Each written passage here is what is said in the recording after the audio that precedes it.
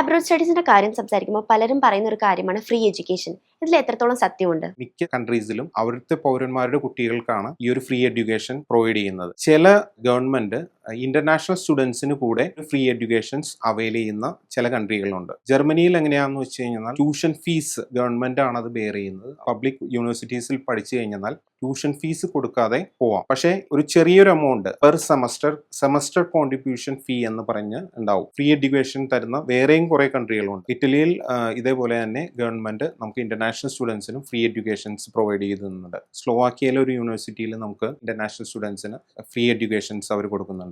Scholarship കൊടുക്കുന്ന ഒത്തിരി countries ഉണ്ട്. Sweden, Finland, Austria. ഇതിന് ഏറ്റവും കൂടുതൽ വേണ്ടത് മാർക്ക് തന്നെയാണ്. ഹയർ മാർക്ക് നമുക്ക് എന്തോരം ഉണ്ടോ ഇത് കിട്ടാനായിട്ട് വളരെ ഹെൽപ്ഫുൾ ആയിരിക്കും. ആദ്യം അപ്ലൈ ചെയ്യുന്ന നല്ല കാൻഡിഡേറ്റ് ഇതാണ് നോക്കുന്നത്. അപ്പം നമ്മൾ വളരെ കെയർ എടുത്ത് നല്ല രീതിയിൽ ഇത് അപ്ലിക്കേഷൻ ചെയ്ത് കഴിഞ്ഞാൽ ഡെഫിനറ്റ്ലി ഇവർക്ക് വിത്തൗട്ട് ട്യൂഷൻ ഫീസിൽ പഠിക്കാനുള്ള ഓപ്ഷൻസ് യൂറോപ്യൻ കൺട്രീസിൽ അവൈലബിൾ ആണ്.